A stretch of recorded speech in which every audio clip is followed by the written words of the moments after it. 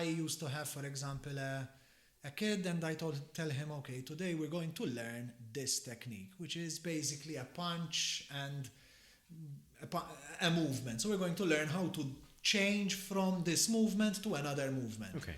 And I'll say, okay, go and repeat that. How many times? 100 times. Okay. They do it 100 times, then they'll be like, I'm ready. I know it. I said, okay. Do you know it? Okay. Then I go like this. If I manage to hit him, he'll be like, okay. Then it means that you don't know it. Repeat, repeat, repeat. And at one point, again, especially in kids, they might get bored very easily. Yeah. But I know it now. I did it 100 times. I know. It's obvious Yes. that I know it. No. You think you know it, but you don't know it. So just get into the pattern, repeat it until it becomes muscle memory. Yeah. Same thing in business. Yes. You need to repeat it once, twice, 3 times, 5 times, 100 times, and then it might sink in. Yes. It's the value and quality over time. And I think that, especially when you're starting up, you're trying to get as many clients on board as possible, you're trying to do as many things as possible so that you can land a client or land a sale. Yes. And sometimes it's very easy to fall into the trap, into the quantity over the quality aspect. But I believe that if you provide value and quality consistently enough, clients will come by default. The money will come by default in that sense. So it's a byproduct of your constant effort to put value and quality in the forefront. Yes. And what's also interesting about that is that it's how processes grow and how processes are shaped. So we get to deal with a number of different companies. Some companies were at startup stage and some companies were literally established in the 1850s. I have a client of mine in Malta established in the 1850s. So they've been doing the same process over and over again. Now, what happens is this: through repetition, processes tend to fall in place. Mm-hmm. Processes tend to be structured. They Processes become fossilized, I would say. fossilized.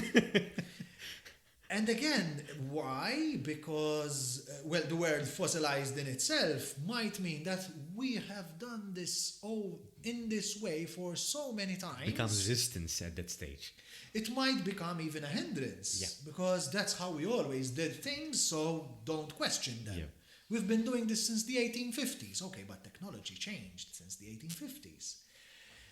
Having said that, in small businesses and in new startups, what we do as a company usually might be a bit harder because we tend to help write down processes, or we structure processes as part of what we do.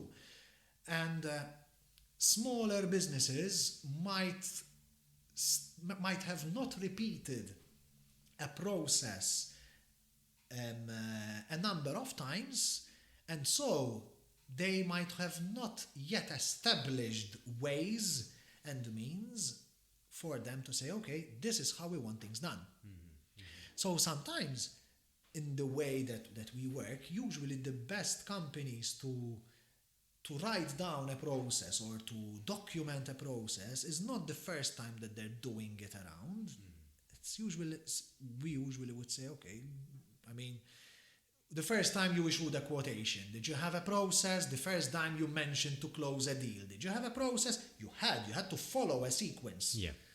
But if you did that successfully 5 times, you might be able to write down a process. But if you did that successfully 10 times or 15 or 100 times, then you might be thinking, okay, I've already tried it enough times to know what's right, what works, what doesn't, what I need to change. Yeah.